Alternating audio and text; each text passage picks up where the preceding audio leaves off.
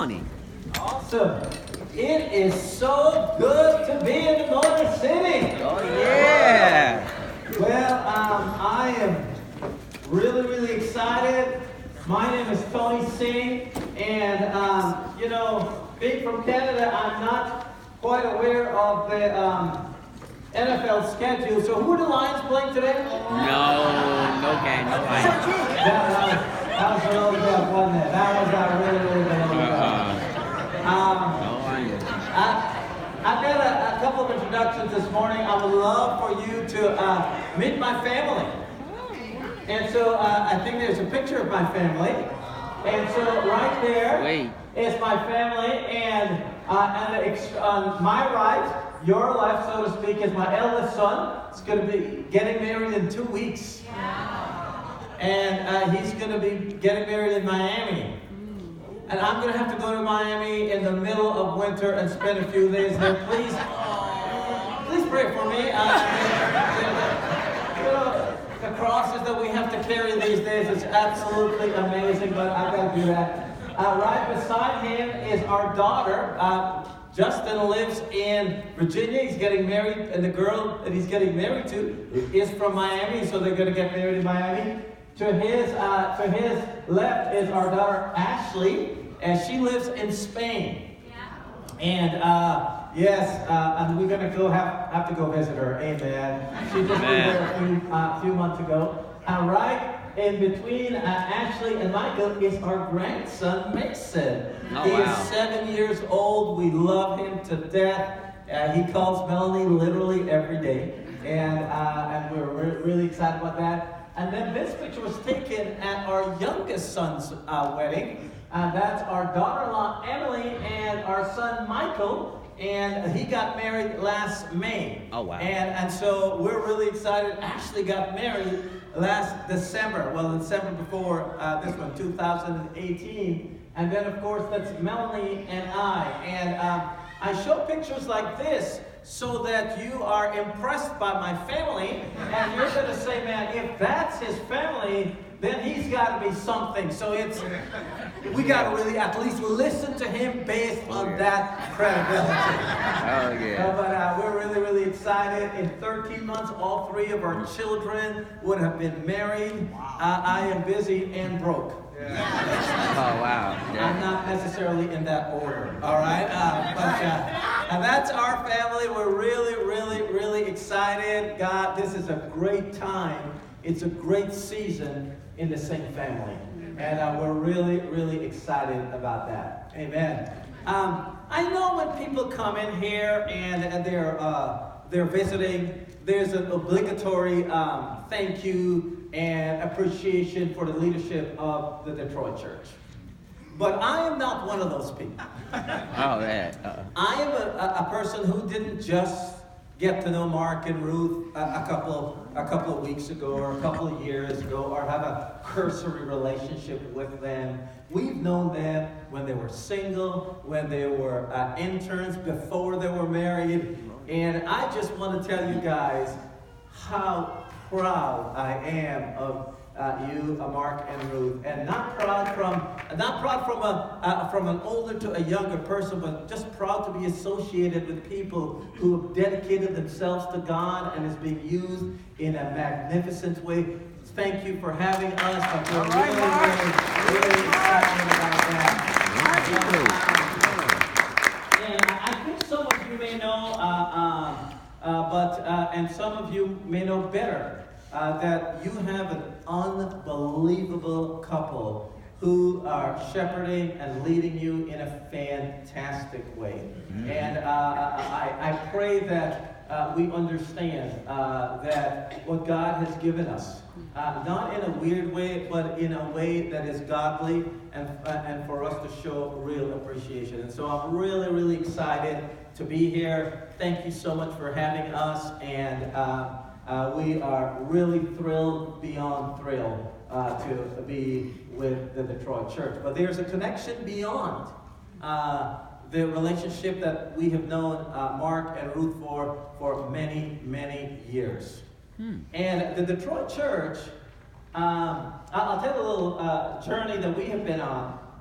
and how you guys have played an incredibly important role for that. We're now in Ottawa. And of course, as all of you who are geography buffs know that Ottawa is the capital of Canada, right? Oh, yeah. We are the capital of Canada. Oh, And so, I know the strongest suits, having been in the U.S. for before we moved back to Canada for 17 years, we are great on geography, and especially geography outside of the U.S.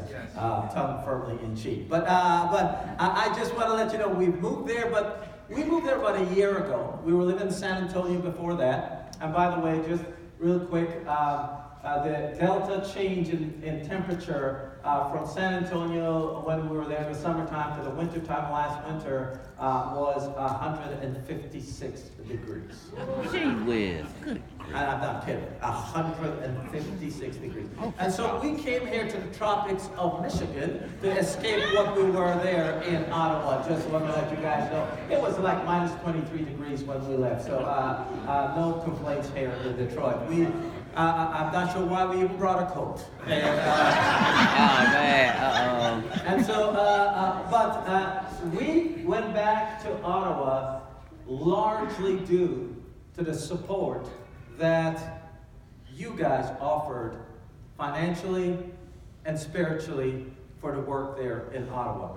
But before I teach a lesson, I want to help you to understand the depth of the impact that you have had so far. The Ottawa church had been without a full-time minister for about 2.5 years. And as a matter of fact, many people said that if it did not have a minister within 6 to 8 months, the church will cease to exist. Wow. And so, and what has happened over the last little bit, what God has done because of your support is nothing short of sensational. As a matter of fact, when we got there, we didn't know how big the church was or how many members were in the church. It was so disorganized from that vantage point. People were awesome and they're hanging on and so on and so forth, but it was a challenge. And we guessed that there were about 60 people who were members of the church. And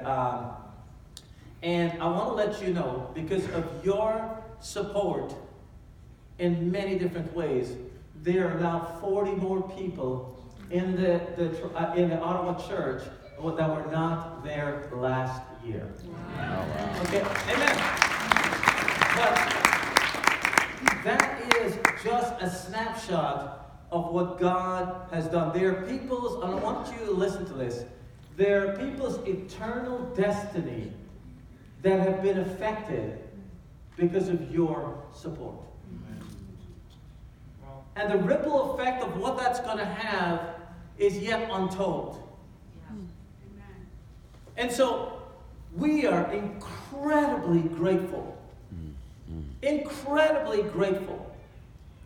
As a matter of fact, one of the things that at the age that Melly and I are at, we were not in an adventure stage, so to speak. In other words, we had been in ministry for many years and really did not have money for retirement. And so we were going to go and work for a few years in the secular world and then perhaps move back to Canada. And so we were not able to go on an adventure and live on just the air.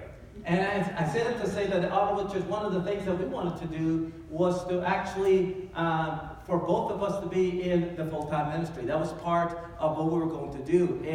And the church that was so small was not able to do that. But because of your support, both of us were able to go there. And that's why, honestly, we were able to move because of support of churches like the Detroit church. That's right. And to see already, just in one short year, what God has done is simply remarkable. And let me tell you this. Literally, people are coming in every Sunday morning to our church service from the streets, finding us on the internet 4 to 5 every Sunday. Oh, boy. And they're asking, I didn't know you guys were here. how can I be a member of this congregation? Come on. What is happening is simply unbelievable. I've been a Christian for 33 years. I've been in a lot of cities. And when I say this, I'm not exaggerating. I have never seen anything like it. Wow. I've never seen anything like it. Literally, people turning themselves in. They're husbands of women who've been part of the congregation, who've been coming out for decades. And they're saying, hey, can I study the Bible with you? Can we start? How can we become connected to God? How can we do this? They're children who are members of the congregation, who are teenagers and part of the campus ministry, are literally saying, I'm ready to turn myself in. Melanie and I are studying the Bible right now with 7 people who have asked us to study the Bible with them. Wait a minute. Maybe that's an indictment on us. We should be asking people to study. Okay, that's a different story for another time. But the point remains that that's what's happening. I've never seen anything like it. Because of your support. The ripple effect of what you have done is simply immeasurable. And so I want to say from the bottom of my heart, thank you, Detroit Church. Oh, yeah. Thank you for your hearts and thank you for giving life, spiritual life to people who would not be there. We can't wait to tell you the political appointees that's going to become disciples when we're there. And Ottawa is an absolutely magnificent city, and we are absolutely thrilled, beyond thrilled to be there. And so it's interesting, just before I got up here, one of the guys said, hey, I just want to tell you, say thank you to the Detroit Church because of their support. I have now been affected and my life is now connected to God because of you. And so I just wanted to spend a few minutes just to say thank you for that. And hopefully you guys understand how much we appreciate you and how connected you are to so many people all across the world. Amen? Amen. Amen. Thank you so much. We want to spend the next few minutes. I know we've been doing some lessons on legacy.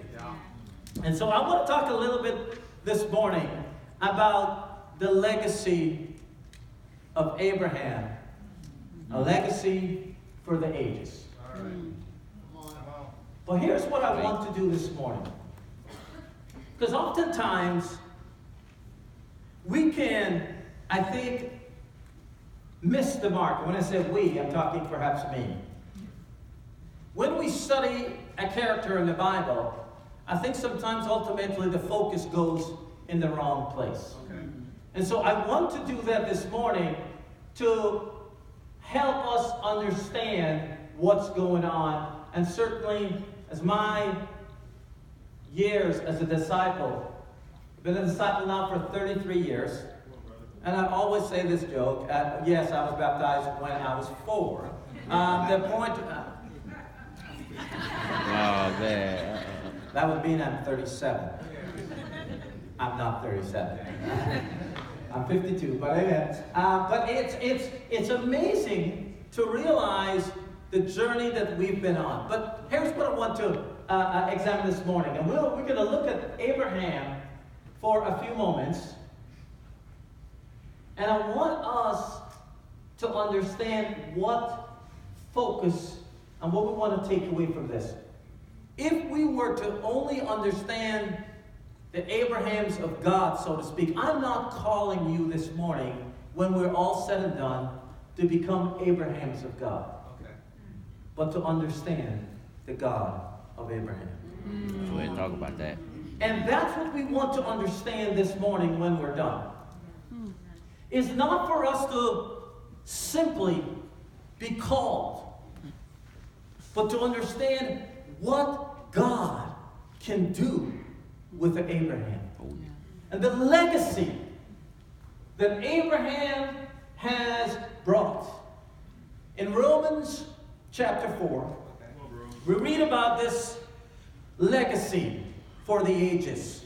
In Romans chapter 4, in verse 11, oftentimes as we want to know about an Old Testament character, it's important for us to see what the disciples in the New Testament, what lens they look at this old character at.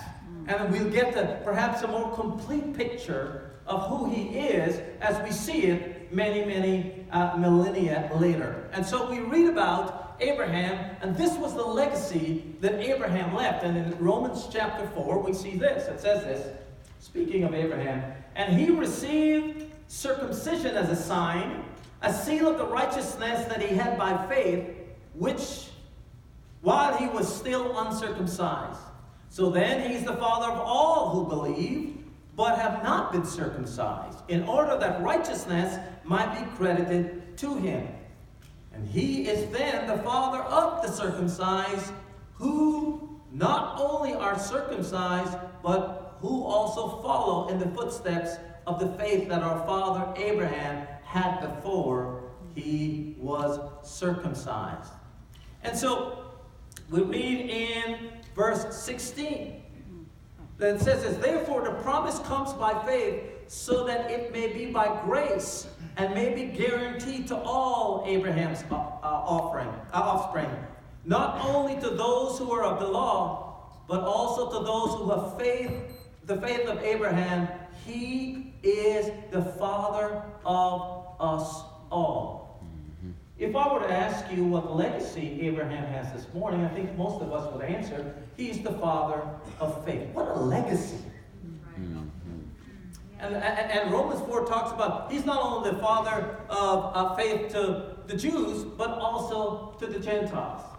There's another legacy that Abraham also had. In James chapter 2, we see another legacy that he left. And it's James chapter 2, in verse 23. And so we'll talk about how he got here and hopefully see a very clear picture of the great God that we serve.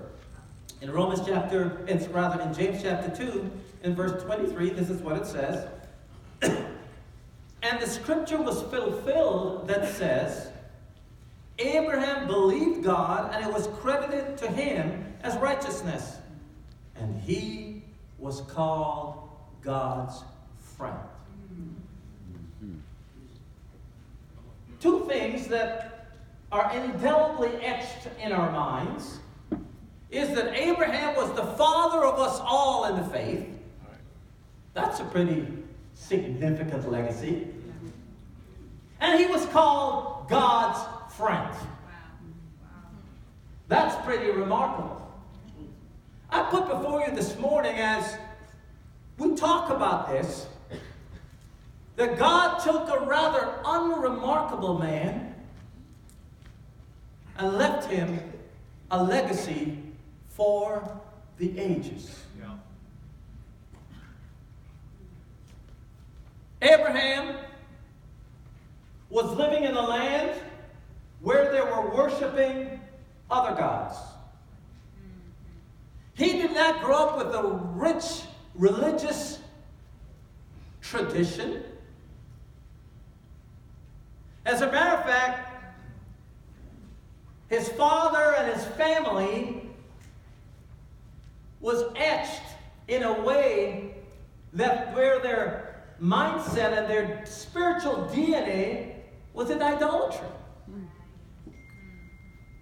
And to realize that which the legacy that he left was so enormous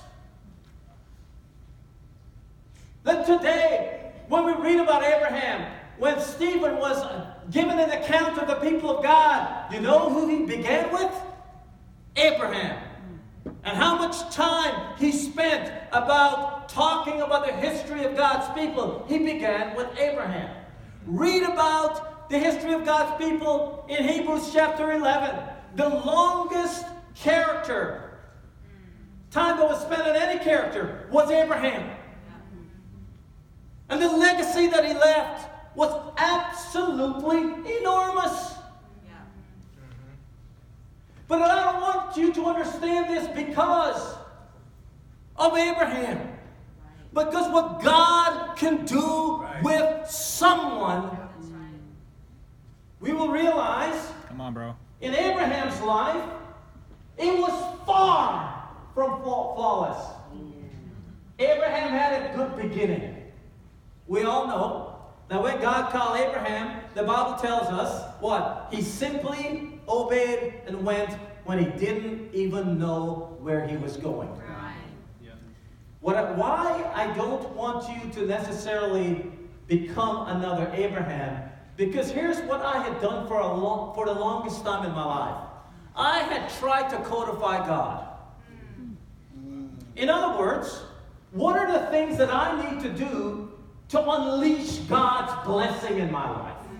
Oh, yeah. What is the formula that I have to do in order for me to get God's blessing, or for me to get this job, or to be more fruitful, or to be a better husband, or to be a better wife, or to be a better disciple? What is the code? How do I have the heaven gate open and the floodgates of blessing just pour on me? Tell me, what do I need to do? And yet when I look at the scriptures, when God calls people, it is not always the same response. Yeah.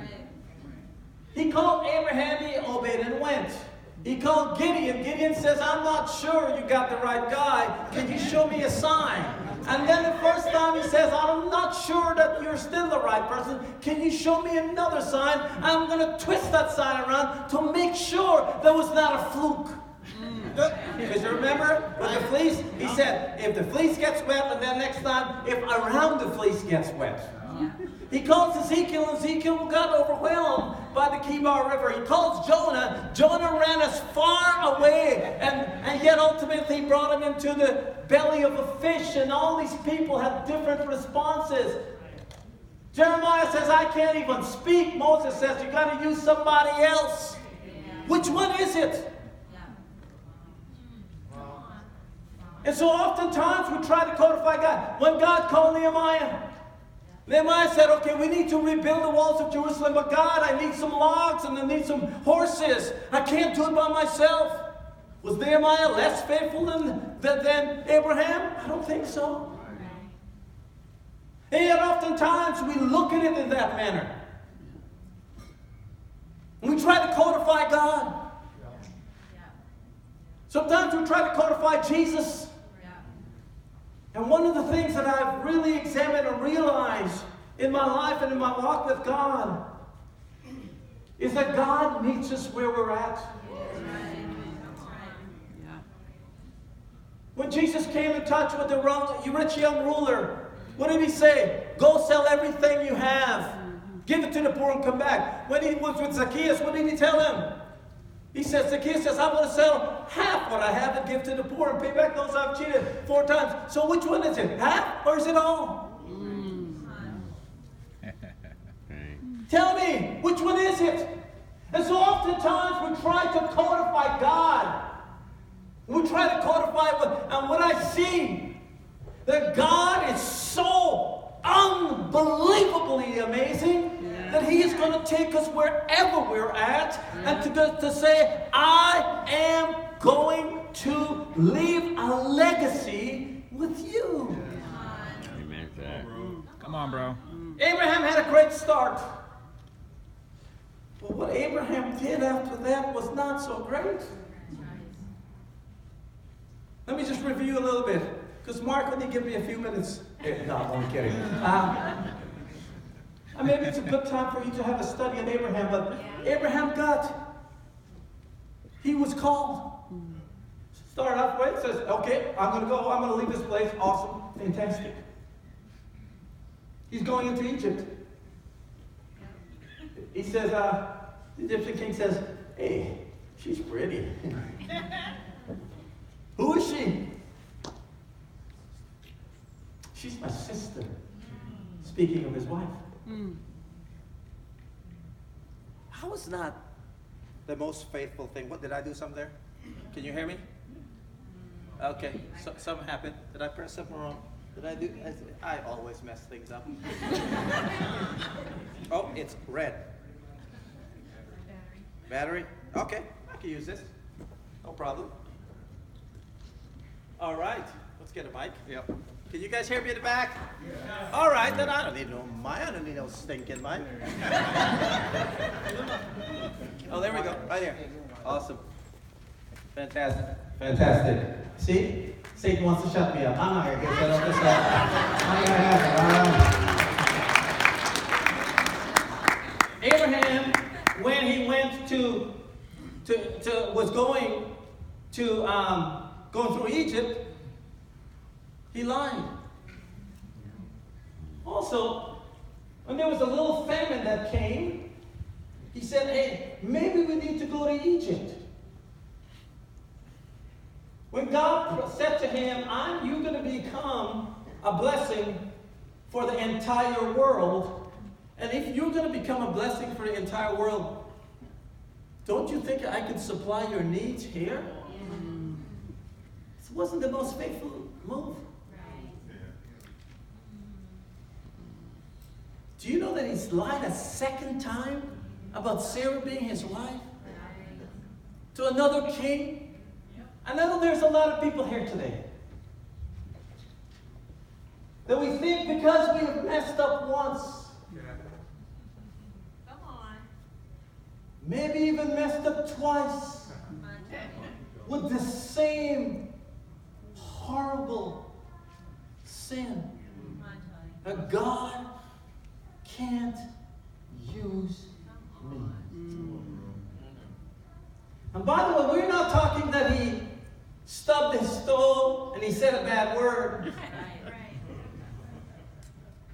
He spoke the lie, which is Satan's native language. Let that sink in for a second. God's friend, who was eventually the legacy that he left, the father of us all of the faith, lied not once, but twice. Throughout his life, showed a life not with this awe-inspiring faith, but he just didn't know if God could provide for him in Egypt, where he was, in Canaan, and had to go to Egypt. Not only that, at the age of 86, he says, is God going to fulfill this promise that he said to me? It's been 11 years now. And he said this to me, and it's not happening. Sometimes some of us, man, God says something to us through his word, and it's been 6.5 minutes.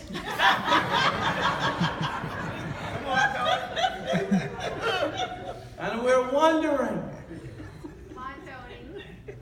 is God still love me? It's been 11 years, and Abraham says, you know what? You know why God has blessed me so abundantly? Read about it. He got wealthy, he got rich, he had 318 people in his whole sphere of influence.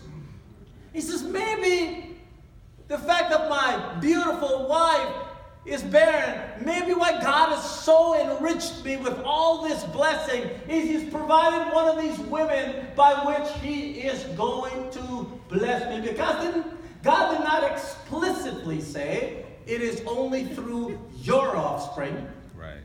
Or through Sarah's offspring, I should say. He says, maybe this maidservant Hagar. Come on, talk about it. And let me see, just to make sure that God not only speaks only through me, and let me not be so arrogant, so let me ask my wife's advice as well. He says, hey, big ass, what's going on? You know this thing that God said to me that, we're going to be blessing us? you can't have any children. What's going on? Sarah says, maybe Hagar's the one. That was not the most faithful move on Abraham's part. And he said, he reasoned somehow, he was in close proximity to Egypt, and maybe he should go there. He reasoned somehow, maybe the blessings that God has given me, and he showed unbelievable lack of faith and impulsiveness. Was that his character? Maybe he's saying to himself now, maybe when I left and went, maybe I left and went not because of my faith, but because maybe I was impulsive. I don't know. God's calling. But it's amazing to see that Abraham's life was not just going from strength to strength and glory to glory. And over again. And then, at his life in 99, when he was 100 years old, 99, God has to explicitly say to him, dude, it's through your offspring that I'm going to be building this nation. I said it to you before. My bad. I wasn't real clear on it. Let me make it real clear. And Abraham said, okay.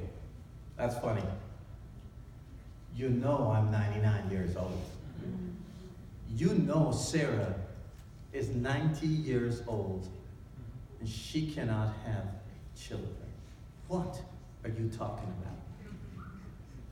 And God says, I'm going to be back here in a year and you are going to have that child. And he laughed. Sarah did. And they're saying, this is not, what, are you crazy? Even in the moment when God is speaking to him audibly, not through a dream, not through the word, audibly, he was doubting. Abraham was not this bastion of faith sometimes that we make him out to be. That's why this story is not about Abraham. It's about God. That's right. It's about what God can do. And how long did it take ultimately?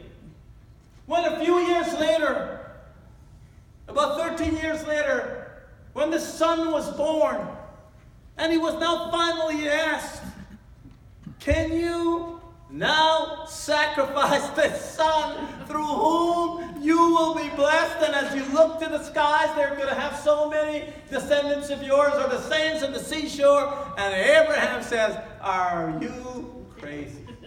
So to speak. But he said, I'm going to now do it. He just simply is taking up his son.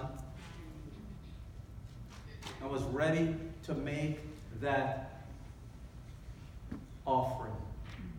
You know, sometimes, from the time that God called Abraham, when he was 75 years old, to when he was asked to offer Isaac on the offering, was about just under 40 years. For us to see his faith develop. Yep. Come on, bro. And sometimes we were asking, I've been a Christian for 3 years. Why can't I get this? Come on, brother.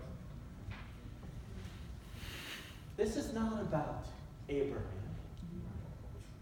This is about what God can do with a man. A little bit more context there. Cool, bro. This was written. This was not a live recording, right? What it was, it's not like as it was happening, someone's recording it. The writer of these books, the Pentateuch, were Moses, reputed to be Moses. This is now recalling what happened many, many centuries before. Wow. And God is telling his people, listen, you came here just like your forefathers Abraham came to Egypt, and I brought him back to Canaan. So to you, when you leave Egypt, and I'm bringing you back to Canaan, and as I was faithful to him, so will I be faithful to you. Amen. I was able to do that. And he's telling the people of God, just as Abraham left a history where his forefathers were worshiping many gods, so were the Israelites in Egypt worshiping many gods, and they were not in a great place. He says, as I had rescued Abraham and he became this pillar of faith, so ultimately will you become this pillar of faith. And that's what this story is all about. It's not about Abraham. It's about what God did with this man Abraham. So I ask you this morning, Come on, bro. what is God doing with you? Come on, bro. It's not about Abraham. It's not about figuring out what Abraham did so God can bless me like Abraham. That is codifying God to the nth degree, and that is not who is the God of the Bible. That's right. It's God saying, trust the story.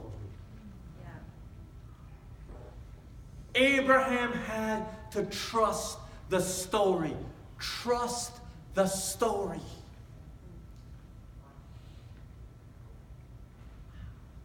I thought when I became a Christian, my kids are just going to get, mommy, daddy baptized me, and everything's going to be great. My wife's going to be the most awesome wife, and my husband's going to be the most awesome husband, and I'm going to get the greatest job, and we're going to be able to do, oh my goodness, it's going to be so awesome.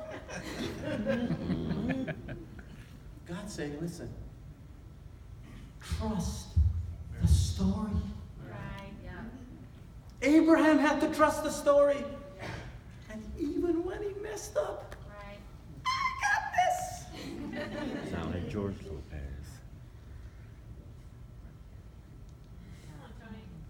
I got this. And there sometimes God throws us because of his faithfulness and his grace. And that's why the whole idea is that Christianity, thankfully, is not a meritorious religion. Amen. It's based solely in God's grace and his mercy. Amen. Because you know what happens? We get arrogant. Right. Yes. Can you imagine who we would be if we always understood it in the nth degree? Because invariably, when someone talks about God's grace and God's mercy, there's some of you immediately, a few minutes ago, when I said that, you know what happened to your heart? You thought, oh no, are we getting so grace and mercy affiliated that we're not talking about our responsibility? That's sometimes our knee-jerk reaction. And then there's some of us, when we talk about what we need to do in our responsibility, the ones who are saying, are we saying that we're going to go to this works mentality? And you know, all of us has certain disposition, right? Yeah. Come on, Tony. Can you imagine how arrogant it would be if we all understood it perfectly? Wow. We will be absolutely unbearable to be with. Right. Right. Yeah. It is because of the mercy of God Come on. that we don't quite get it. Yeah. You know, as a minister, you know two of the most difficult part, the people that I deal with, are people who understand God's mercy and grace so much that they don't have a responsibility in the way that they live their lives. Yeah. And then there's the people who absolutely cannot forgive themselves and cannot see what God does. And they just are incredibly accused. And on both sides of that coin, Come on. those are my most challenging counseling appointments. Yeah. but it's okay. Amen. Can you imagine how encourageable we will be Yeah. if we understood it perfectly? Let me tell you something, and I'll wrap up with this. God does his best work through catastrophes and atrocities. Come on, No. I know you were supposed to say that. Listen to me. He really does. The salvation of humanity was because of this hideous act on the cross. Right. When the world looked at it and said, "Ha, we got him! Yeah. It's all, he's been put to death, and not just death of the worst kind, and he's humiliated, and he's embarrassed, and we are making sure that he's gone forever." And it was God's greatest act on humanity. I am telling you that God does his best work, working through sin and mess and nastiness. It's what he does. Right. Because it's not about you and it's not about me. It's about him. Amen. Come on, Tony. It's about what he can do. And this legacy of Abraham being God's friend and being the father of us all, one for the ages, was not because of what he did, but because of who God is. Yeah. And so I ask you today, do you know the legacy that God is wanting to form in you? Come on. Trust the story. Yeah. Trust the story. Don't take shortcuts. That's what I did when I was a younger Christian. I remember the best advice I've ever gotten. A brother said to me, I said, "I want to grow quickly, bro." And in my mind, because I want to have a great impact. He put his arm around me, and he says, "Tony, it takes a year to get a year's experience." Wow. Oh, wow. Yeah. Man, I thought you were going to tell me something that's going to help me. Of course, it's been 32 years and I still remember that small statement, right? Right. And so as we think about this God today, I ask you, don't try and codify him. You know, sometimes when we do that, we look, hey, why is God working in his life? When we go and talk to somebody, Yes. we say, what are you doing? Not that we shouldn't seek it in our life, but sometimes we're focusing on the wrong things. Right. And so ultimately, this story of Abraham and the legacy that he left was a story of God and his power and his ability to accomplish whatever he set out to do. Yeah. It's what he did in the Garden of Eden. And he said, Adam and Eve, I'm going to rest because what I have done is perfect.